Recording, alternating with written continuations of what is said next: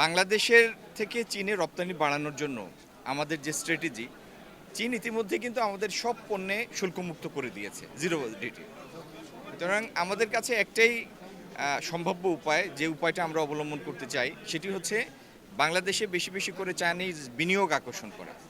এবং আপনারা জানেন কিছুদিন আগেই মন্ত্রিসভায় পাশ হয়েছে একটি চাইনিজ ইপিজেড করার জন্য শিল্প এলাকার চাইনিজ বিনিয়োগকারীদের জন্য একটি বড় বেশ ৮০০ একরের একটি শিল্প পার্ক চট্টগ্রামের আনোয়ারায়। আমার বিশ্বাস আমাদের মাননীয় প্রধানমন্ত্রী চীন সফরের ফলে তিনি অনেক শীর্ষ চাইনিজ বিনিয়োগকারীদের, সম্ভাব্য বিনিয়োগকারীদের সাথে কথা বলেছেন। চীন সরকারের প্রধানমন্ত্রী থেকে শুরু করে প্রেসিডেন্ট শি জিনপিং সবার সাথেই তার কথা হয়েছে। তো আগামী দিনে ইনশাল্লাহ আমরা বাংলাদেশে বিপুল চীনা বিনিয়োগ দেখব, এবং যার ফলে এই বাণিজ্য ঘাটতির একটা বিপরীত চিত্রের দিকে আমরা হাঁটব। মায়ানমার হয়ে যদি একটি ট্রাক চীনের দিকে যায়, এই রাস্তাটা যদি উন্মুক্ত থাকে, তাহলে ২৪ ঘন্টায় একটা ট্রাক চট্টগ্রাম থেকে মানে বাংলাদেশ ভূখণ্ড থেকে চাইনিজ ভূখণ্ডে পৌঁছাতে পারে ২৪ ঘন্টায়।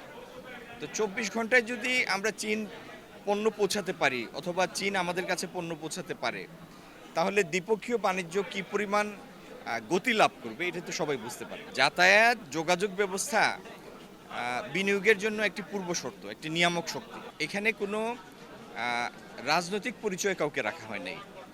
যেমন সিটি কর্পোরেশনের প্রশাসক মহোদয়, উন্নয়ন সংস্থার চেয়ারম্যান মহোদয় এবং জেলা পরিষদের প্রশাসক মহোদয়, ডিভিশনাল কমিশনার, এসএমপি কমিশনার, সিলেটের এসপি, সিলেট রেঞ্জের ডিআইজি এবং ডিসি, এবং সংসদ, এই সিলেট ১ আসনের সংসদ সদস্য হিসাবে আমি আছি এনাদের সাথে। ৩০ দিনের সময় দেওয়া হয়েছে এই কমিটিকে। কিভাবে আগামী দিন এই দান দক্ষিণার ব্যবস্থাপনা হবে সেই বিষয়ে একটি প্রক্রিয়া উদ্ভাবনের জন্য মাত্র ৩০ দিন সময় দেওয়া হয়েছে।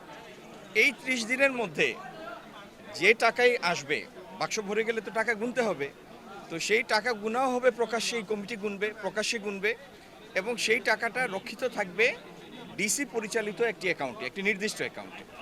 তো এর থেকে ভালো ব্যবস্থার কি করা যায় ভাই? আপনারা বলেন, আপনাদের কথা আমি শুনতে রাজি আছি।